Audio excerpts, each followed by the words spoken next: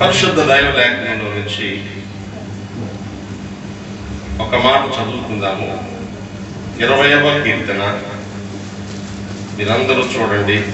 7వ వచనాన్ని ఇలా రాయబడింది, చదువుతున్నాను. కొందరు రథములను బట్టి, కొందరు గుర్రములను బట్టి అతిశయపడదు, మనమైతే మన దేవుడిని యెహోవా నామమును బట్టి అతిశయపడదుము. దేవుడు ఈ మాటల వరకు దీవెనగా చేయునుగాక. ఆమేన్. ప్రియులైన మీకు శుభాలు తెలియజేస్తూ వాక్య ధ్యానానికి ఆహ్వానిస్తూ ఉన్నాను. మనం చదువుకున్న వాక్య భాగంలో భక్తుడైనటువంటి దావీదు కీర్తనాకారుడు ఒక అద్భుతమైన పోలికను చెబుతున్నాడు. లోకంలో అనేకులు ఎలా ఉన్నారు, దేవుని బిడ్డలు ఎలా ఉండాలి, ఎలా ఉంటారు అనే విషయాన్ని గుర్తు చేస్తున్నాడు. లోకంలో ఉన్న వారి యొక్క స్థితిని ఏమంటాడంటే, కొందరు దేన్ని బట్టి అతిశయపడుతున్నారు, కొందరు వారి రథములను బట్టి, గుర్రములను బట్టి అతిశయపడుతున్నారు. వారికి ఉన్న శక్తి సామర్థ్యాలను బట్టి. గుర్రాలు శక్తికి రుజువులైతే వారి power, man power, money power, muscle power అని 3 పవర్లు ఉన్నాయి. ఏ పవర్లు? మ్యాన్ పవర్, వారుకున్న మనుషులు, జనబలం. మనీ పవర్, వారుకున్న డబ్బు, సంపద. ఇక మజిల్ పవర్, వారుకున్న ఖండ బలం, గుండె బలం లాంటివి. దాని చూసి అతిశయపడతారు, ఆనందపడతారు. మరి ఇక రథములు అనేవి దేనికి అంటే, వారి యొక్క సామర్థ్యాలు, వారి యొక్క స్టేటస్, వాళ్ళ యొక్క స్టేటస్. రథము వారి స్థాయికి రుజువైతే, గుర్రము వారి బలానికి రుజువు. మనుషులు దేవుడు చేయబడుతున్నారు వీటిని బట్టే. సరే, అవన్నీ వద్దని నేను చెప్పను, నాకు కూడా ఉంటే చాలా సంతోషమే. ప్రభు ఎవరికి ఇవ్వాలో వారికి ఇస్తారు, ఎవరిని దీవించాలో వారిని దీవిస్తారు, ఎవరిని హెచ్చించాలో వారిని హెచ్చిస్తారు. ప్రభు ఒకటి దీవిస్తూ ఉండగా అది చూసి ఇంకోటి ఏడవడానికి ఏడ్చేంత మాత్రాన వాడికి కలిగేది ఏమి ఉండదు. అయితే అదే మన అతిశయానికి కారణం కాకూడదు. లోక సంబంధమైన ఈ సామర్థ్యాలే మన గొప్పతనం అని చెప్పుకోవడానికి వీలు లేదు. ఇది లోకం యొక్క పరిస్థితి. ఇక మనమైతే మొదటిదేమో కొందరు అనగా లోకంలో ఉన్నవారు, వాళ్ళ సంతోష కారణాలు ఇవి. మనమైతే దేన్ని బట్టి చేయబడాలి? మన దేవుడైన యెహోవా నామమును బట్టి అతిశయపడతాం. దేవునికి స్తోత్రం చెప్పాలి. కానీ నిజంగా దేవుడేని అతిశయమా? దేవుని బట్టి నువ్వు ఆనందపడుతున్నావా? దేవుని బట్టి నువ్వు గర్విస్తున్నావా? దేవుని బట్టి నీ గుండె నిబ్బరంగా ఉందా? నా ప్రభువు నాకున్నాడు, నాకు భయం లేదని చెప్పుకోగలవా? అయితే నీ భక్తి నిజమే. దేవునికి స్తోత్రం. ఈ సమయంలో నేను మీకు గుర్తు చేయాలనుకున్న సంగతి ఏంటంటే, మనకి ఎన్నున్నా, ఏ విధమైన స్థితిగతులు మన బ్రతుకులో ఉన్నా, నా ప్రభువే నా ధైర్యం, నా ప్రభువే నా అతిశయం అని చెప్పుకునే స్థాయి మన జీవితంలోకి రావాలి. ఎందుకు అనే విషయాన్ని గుర్తు చేస్తా. ఎందుకు? ఒకటి, ప్రభువు కూడా ఖచ్చితంగా ఆజ్ఞాపించాడు, ఈ లోకంలో ఎవరైనా ఆనందించినా అతిశయించినా వాడు నన్ను బట్టి అతిశయించాలి. 9వ అధ్యాయం 23వ వచనంలో మీరు చూస్తే ఈ మాటలు రాయబడ్డాయి. దేన్ని బట్టి అతిశయించకూడదు, దేన్ని బట్టి అతిశయించాలి అని చాలా తేటగా ప్రవక్త ద్వారా ప్రవచనం చేసిన మాటలు ఉన్నాయి. 9వ అధ్యాయం 23వ వచనంలో యెహోవా ఎలాగూ సెలవిచ్చుచున్నాడు, జ్ఞానులు ఉన్నారు, వారి జ్ఞానాన్ని బట్టి అతిశయించకూడదు. బలవంతులు ఉన్నారు, వారి బలాన్ని బట్టి, శౌర్యాన్ని బట్టి అతిశయించకూడదు. ఐశ్వర్యవంతులు ఉన్నారు, వారి ఐశ్వర్యాన్ని బట్టి అతిశయించకూడదు. అతిశయించేవాడు నిజంగా ధైర్యం ఉంది, మేము వి ఫీల్ సో ప్రౌడ్, మేము చాలా లోపల మేము చాలా ధీమాగా ఉన్నాం, మేము గర్వపడుతున్నాం అన్న మాట చెప్పుకోగలిగితే దేన్ని బట్టి అంటే, అతిశయించేవాడు దేన్ని బట్టి అతిశయించేవాడు అనగా, భూమి మీద కృప చూపుచు నీతి న్యాయములు జరిగించుచున్న నేనే అని గ్రహించి నన్ను పరిశీలనగా తెలుసుకుంటున్న బట్టి దేవునికి స్తోత్రం. భూమి మీద కృప చూపేవాడను నేనే, నీతి న్యాయములు జరిగించేవాడను నేనే అని గ్రహించాలి మొట్టమొదట. కృప చూపుట యెహోవా వలనే కార్యం. ఏ మనుషుని యొక్క దయ, ఏ మనుషుని యొక్క కనికరం ఇంకొక మనుషునికి ఎప్పుడు మేలు చేయదు. ఆయన కృప నీకు మేలు కలగ చేస్తారు, నీ స్థితిని మార్చేస్తారు, నీ గతిని మార్చేస్తారు. అది నువ్వు తెలుసుకోవాలి. అన్యాయం చేశారండి, నాకు చాలా ఇబ్బందులు పెట్టారండి, నాకు చాలా కష్టం అయిపోయారండి, కొన్నిసార్లు కొందరు చెప్పుకుంటా. కాగా నీతి న్యాయంలో జరిగించడం కూడా ఆయన వలనే. ఆయన సెలవు లేకుండా నీ జీవితంలో ఏది జరగడానికి వెళ్ళలేదు. దేవుడు గ్రహించాలి, ప్రభు చిత్తము లేకుండా నా బ్రతుకు ఇంకేది జరగదు. ఇలాంటి ఎవరు దేవుణ్ణి తెలుసుకొని నువ్వేం చేసినా నాకు మేలుకే చేస్తావు, కొన్నిసార్లు నాకు అర్థం కాకపోయినా కష్టం అనిపించినా కూడా అది నా మేలుకే ప్రభు అని ఎవరు దేవుని మీద ఆధారపడతారో వారిని బట్టి దేవుడు సంతోషిస్తాడు. దేవునికి స్తోత్రం. హల్లెలూయా. కనుక అతిశయం నీ బలము కాకూడదు, అతిశయం నీ ధనము కాకూడదు, అతిశయం నీ జనము కాకూడదు, అతిశయం నీ శౌర్యము కాకూడదు, అతిశయము నీ జ్ఞానము కాకూడదు, అతిశయము నీ దేవుడై ఉండాలి. దేవుని స్తోత్రంగానే. అలా ఉంటే నీ జీవితంలో కలిగే ప్రయోజనాలు చెప్తాను. దానికంటే ముందు ఎందుకు దేవుడు నీకు అంత అతిశయం కావాలో ఇంకొక అవగాహనతో కొన్ని మాట చెప్పుకుందాం. యెషయా 43:1 ఇశ్రాయేలు జనాంగాన్ని గురించి దేవుడు చేసిన ఒక గొప్ప అద్భుతమైన నిశ్చయతను కలిగించే ధైర్యాన్ని గుర్తించేటువంటి మాట, వాగ్దానం ఇలా రాయబడి చదవండి. యాకోబు నిన్ను సృజించిన వాడు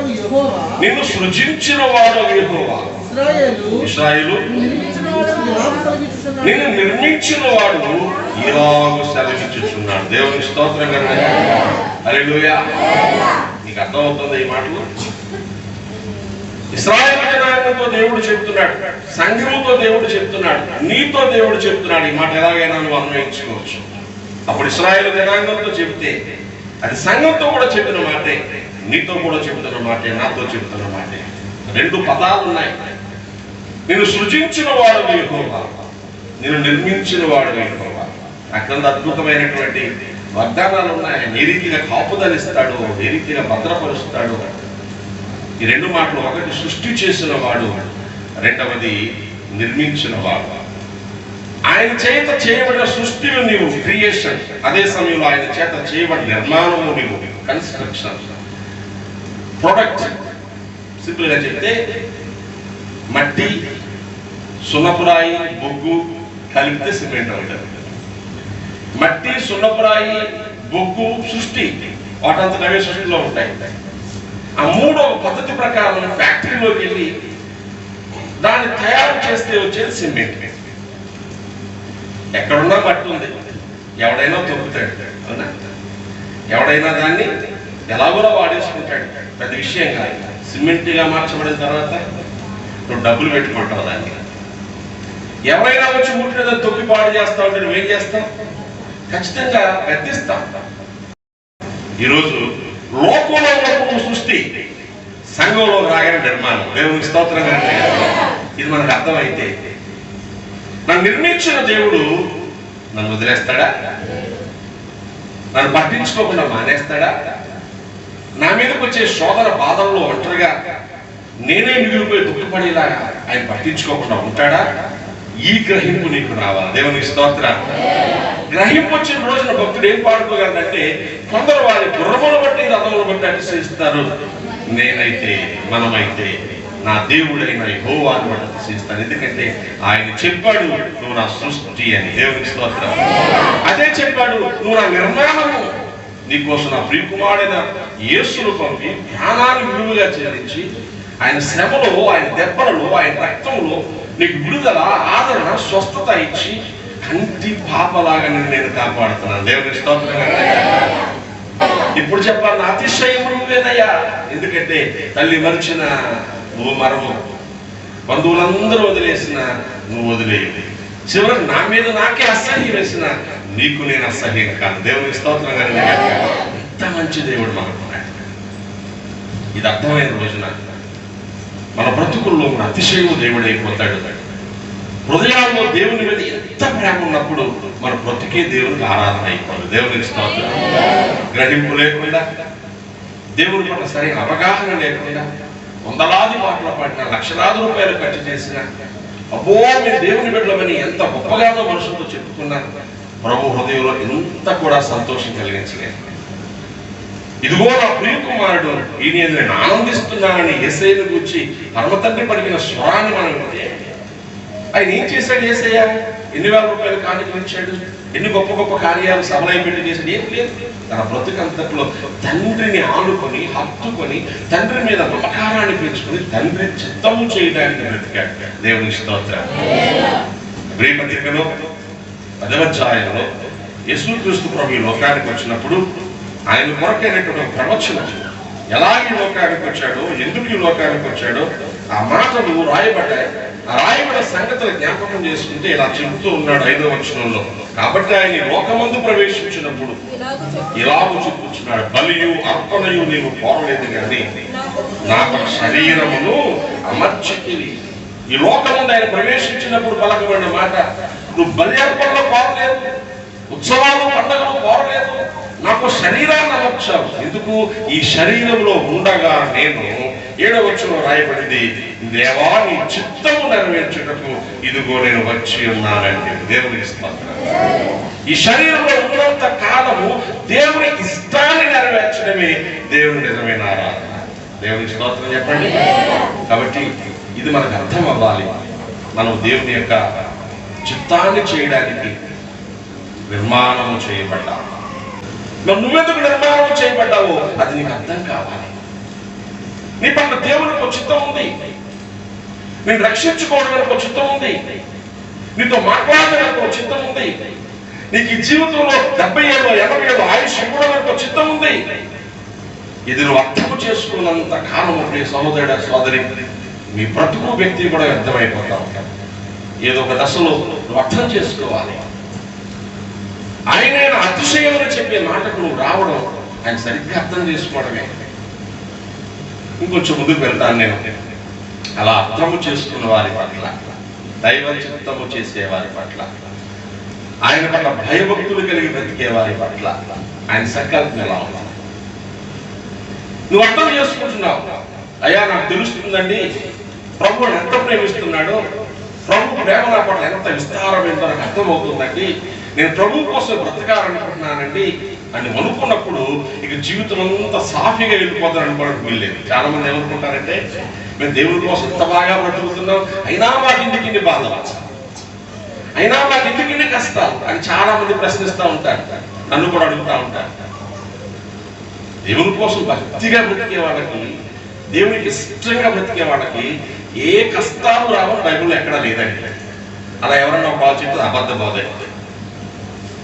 కానీ కష్టాలు వస్తాయి, బాధలు వస్తాయి, అయితే వాటన్నిటిలో ఆయన నీకు తోడుగా ఉంటాడు. దేవుని స్తోత్రం. అంటే మనం చదివేటువంటి మాటలు చిన్న చిన్నవే, కానీ మన గమనంలోనికి గ్రహింపులోనికి రావు.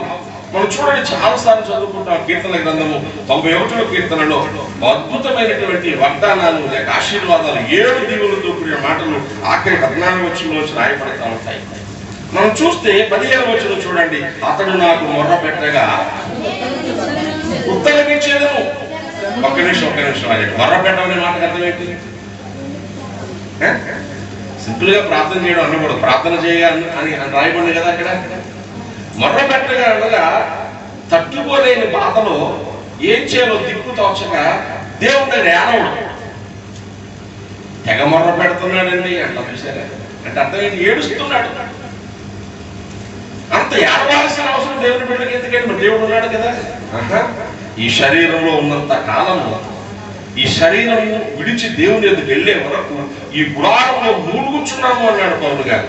మనుషులందరిలాగే శరీరానికి వచ్చే బాధలు మనకు వస్తాయి, మనసుకు వచ్చే బాధలు మనకు వస్తాయి, పైగా ఆత్మీయ జీవితంలో మనం పడగొట్టాలని అపవాదు చేసే పోరాటాల వల్ల ఇంకెన్నో బాధలు వస్తాయి. రథములకి గుర్రము బట్టి అతిశించేవారు ఉంటారు కదా, వాళ్ళకి ఏ బాధలు వచ్చినా గుర్రము సాయం చేయదు, రథము సాయం చేయదు.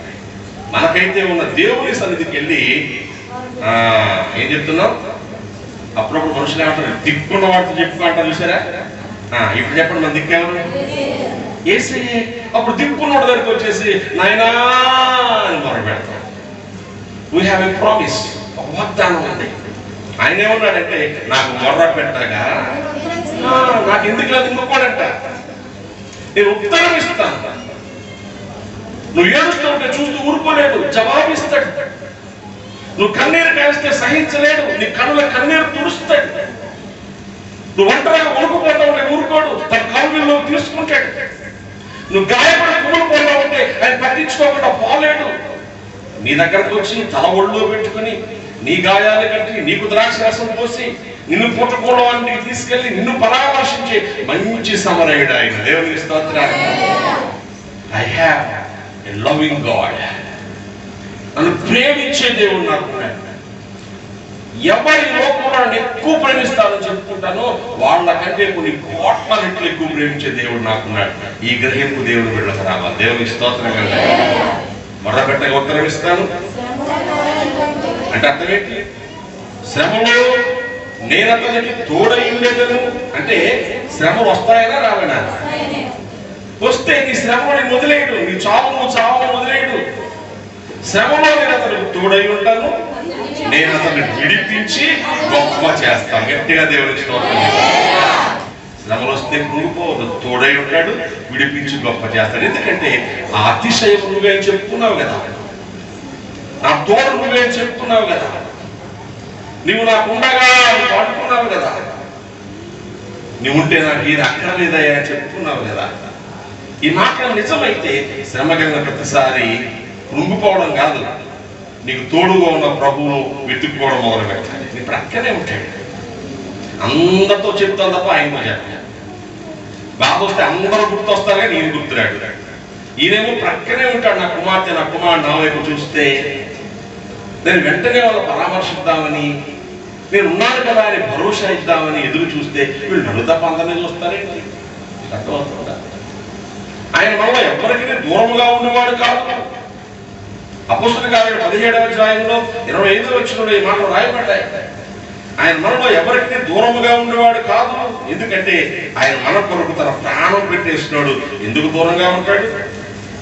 ఎంత అద్భుతంగా మాటలు రాయబడ్డాయి. 27వ వచనం, 25 చక్కగా 27వ వచనం ఆఖరిలో చూడండి.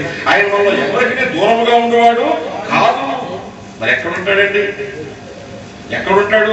27వ వచనం 3వ వరుసలో వారు ఒకవేళ దేవుణ్ణి తడవడానికి కనుగొందురేమో అని తన వెలుగు నిమిత్తం నిర్ణయ కాలమును వారి నివాస స్థలం యొక్క పొలిమేరలను ఏర్పరచారు. దేవునికి ఇస్తారు. దూరంగా ఉండడండి, పొలిమేరలు ఏర్పరిచి హద్దును ఏర్పరిచి ఆ సరిహద్దు దగ్గరే ఉంటాడు. వెతుకుతావేమో అని దేవునికి ఇస్తారు. వెతుక్కోవాలండి, వెతుక్కోవాలి. బ్రతకాలంటే డబ్బులు కావాలండి, డబ్బుల కోసం నానా ప్రయత్నాలు చేస్తున్నాం అనేవాళ్ళు చాలా మంది చూశారు. వ్యాపారంలో వెతుక్కుంటున్నారు, వ్యవసాయంలో వెతుక్కుంటున్నారు, కొంతమంది మోసాలు చేస్తూ డబ్బులు వెతుక్కుంటున్నారు. నిజంగా దేవుడిని ప్రేమించే నిజమైతే యేసు కంటే ఎవ్వరూ ఈ లోకంలో ఎక్కువ కాకూడదు. దేవునికి స్తోత్రం. దేవుడి కంటే ఏది ఎక్కువ కాకూడదు పిల్లరా? నేను ఊరికే 3 మాటలు చెప్తాను. నీవు కనుక ఏలాగున్నా శ్రమలో నా దేవుడు తోడై ఉంటాడు, నన్ను విడిచిపెట్టేవాడు కాదు, నన్ను నిర్మాణము చేసుకున్నవాడు, నా ఆస్తిపాస్తులన్నీ ఆయనే, నా జీవం ఆయన దగ్గరే దాచబడింది, ఆయన దగ్గర నా నిజమైన నిత్యత్వము సిద్ధపరచబడి ఉందని నువ్వు నమ్మి అతిశయిస్తే నీకు ఎంత పెద్ద శ్రమ వచ్చినా శ్రమ రావడం కంటే ముందే నీకు విడుదల సిద్ధం చేసి పెడతాడు. దేవునికి స్తోత్రం. జస్ట్ వెతుక్కోవాలి, కాకపోతే ఓపికతో చూడాలి. నమ్మకం పూర్తిగా లేకపోవడం వల్ల 2 నిమిషాలు అటు ఇటు వెతుకుతాం, దేవా దేవా అంటాం, సహాయం దొరకలేదని నిరుత్సాహపడిపోతా ఉంటాం. ప్రభునందు ప్రియులారా, ఈ వర్తమానం 2వ భాగాన్ని